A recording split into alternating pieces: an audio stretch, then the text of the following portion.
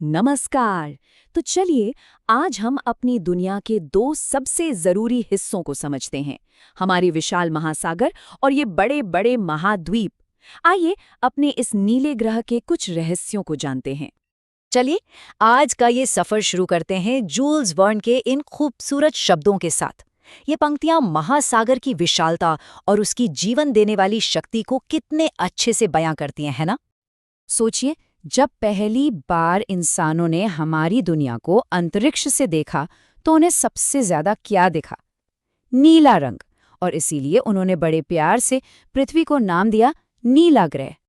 तो चलिए पहले हिस्से की तरफ बढ़ते हैं और समझते हैं कि आखिर हमारे इस ग्रह की बनावट कैसी है और इसे नीला ग्रह क्यों कहा जाता है।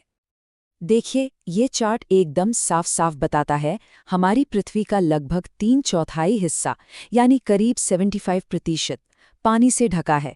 और यही वो विशाल नीला कंबल है जो हमारे ग्रह को उसका खास रंग देता है। तो ये जो विशाल नीला हिस्सा है, ये आखिर है क्या? इन्हें ही हम महासागर कहते हैं। सीधे शब्दों में कहें तो खारे पानी के वो विशाल भंडार जो हमारी दुनिया पर फैले हुए हैं।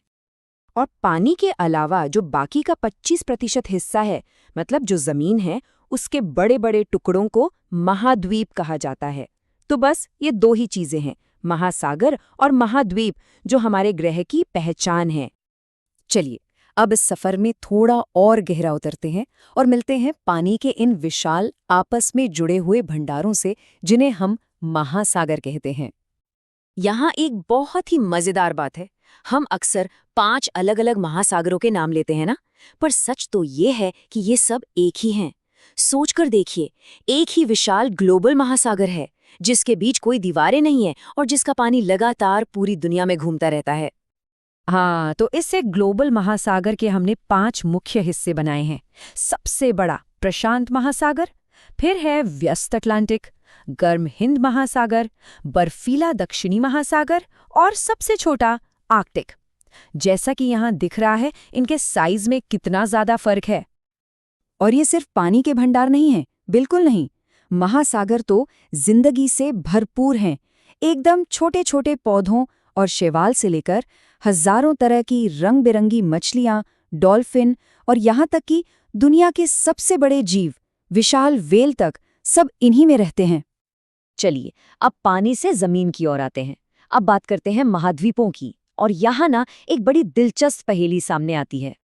सवाल बहुत सीधा सा लगता है ना कि भाई दुनिया में कितने महाद्वीप हैं, लेकिन यकीन मानिए इसका जवाब उतना सीधा है नहीं जितना लगता है। असल में इसका जवाब इस बात पर निर्भर करता है कि ये सवाल पूछा किससे जा रहा है। जी हाँ, कुछ लोग यूरोप और एशिया को अलग अलग नहीं बल्कि एक ही महाद्वीप यूरेशिया मानते हैं। वैसे ही नॉर्थ और साउथ अमेरिका को भी कभी कभी एक ही अमेरिका गिना जाता है।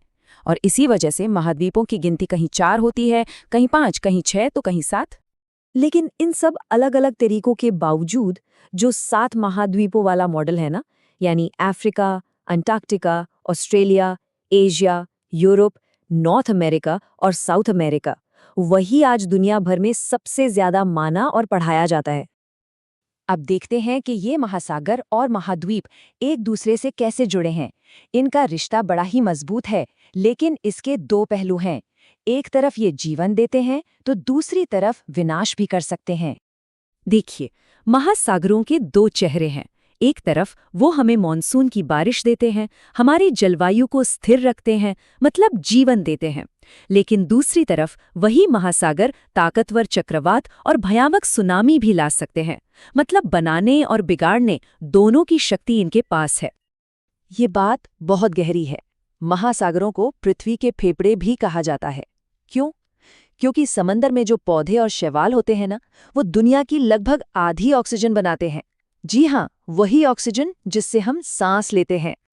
और अब आते हैं सबसे जरूरी हिस्से पर कि इस कहानी में हम इंसान कहाँ हैं और हमारी जिम्मेदारी क्या है। अफसोस की बात यह है कि हम इंसान ही अपने महासागरों को सबसे ज्यादा नुकसान पहुंचा रहे हैं। हर साल लाखों टन प्लास्टिक का कचरा, जरूरत से ज्यादा मछली पकड़ना और फैक्ट्रियों से निकलने वाला जहरीला पानी, ये सब समुद्री जीवन को खत्म कर रहा है। और इसी बात को याद दिलाने के लिए हर साल 8 जून को विश्व महासागर दिवस मनाया जाता है।